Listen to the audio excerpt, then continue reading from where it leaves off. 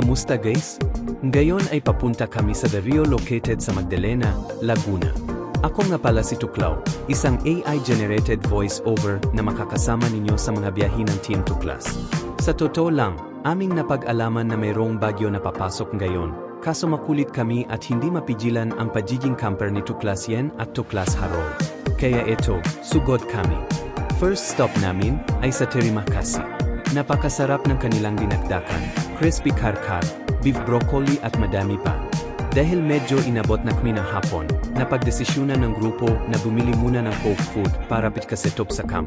Kakain na lang at sa hapunan na kami magluluto. Hindi pa ng driver. Tama! Kaso gutom na. There got my ass. Bro, paano mo nalaman doon ako nakatingin? Bili kay ate at kay kuya.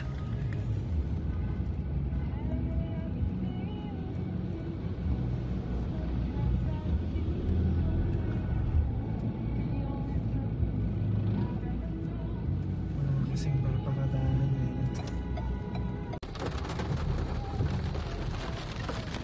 Brother, patignan din ako.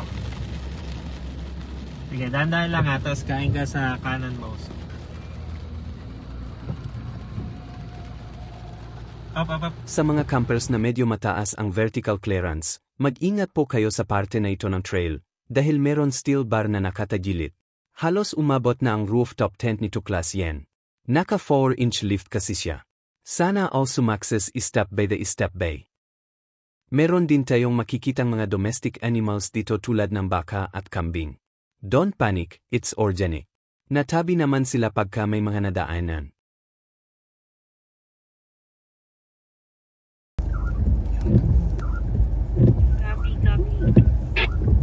Pagka maulan, I expect ninyo na maputik ang papasok sa The Rio.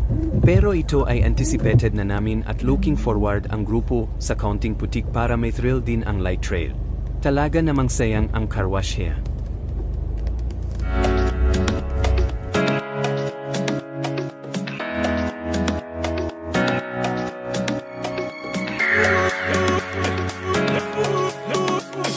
Ang mga kasama natin. Walang bagyo-bagyo.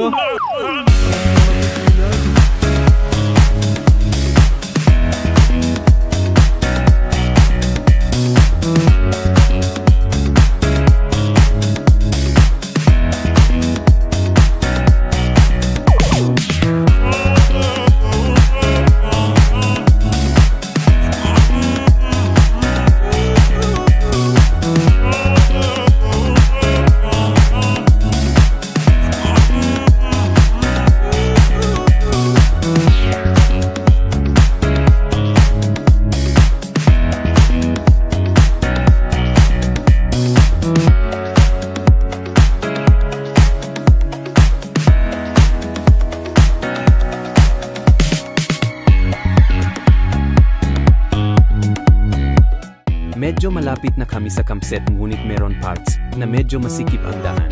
Need ng counting technicality sa pagmamaneho and friends para tulungan kayo mag-spot if meron ba mababangga.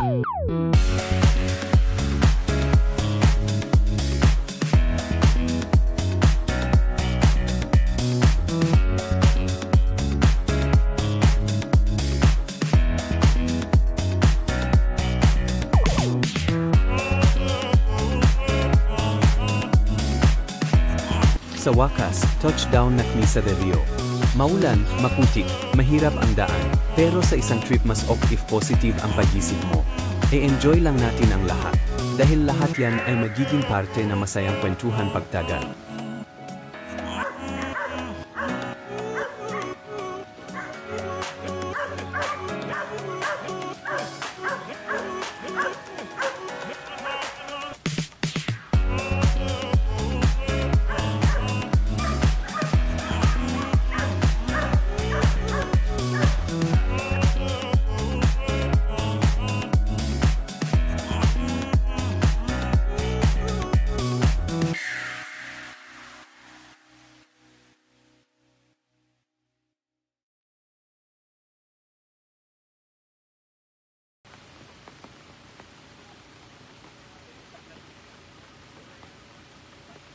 Pagkadating namin, akala ng Team Tuklas ay magiging banayad lang ang pagulan. Pero kabaliktaran ang nangyari. Imulan. Nang umulan.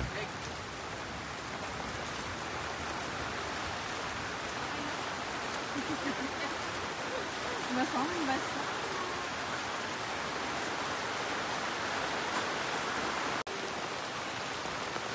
Nang umulan.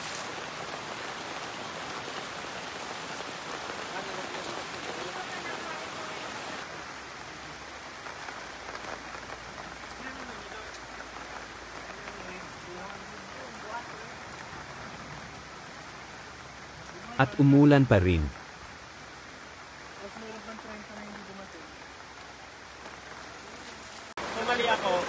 Hanggang sa nararamdaman na namin ang sinasabi sa balita na landfall ng bagyo.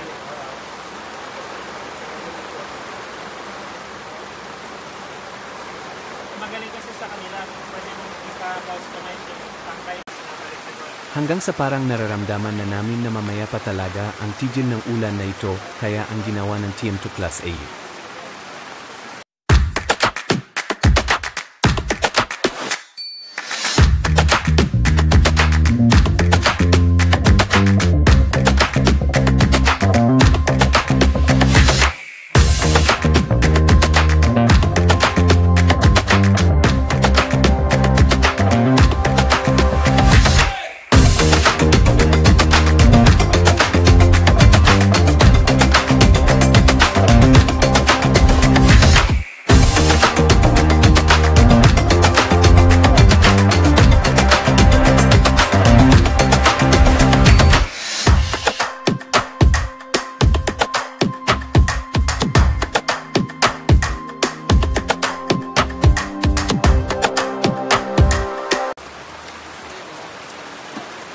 inabot na ng gabi ay umulan pa din kaya para hindi kami malungkot.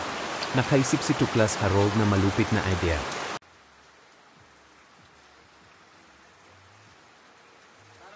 Naisipan niya na ipagihaw kami na masarap na barbecue. Kahit pa nasa kalagitnaan ng bagyo, if there is a will, there is a way.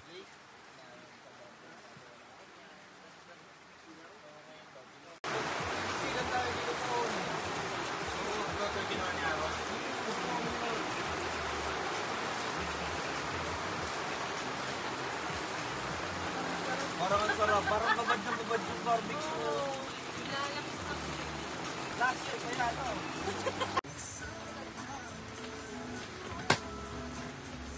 At para merong ambag ang ibang Tuklas members, nag-set up kami ng disco-disco boom-boom lights para meron county party vibe. Pero hindi po kami maingay, yung sakto lamang sa area namin. Promise. Ang sarap ng nag-iihaw. Esti ng iniihaw pala. Sorry sa eken. Mabinyagan mo.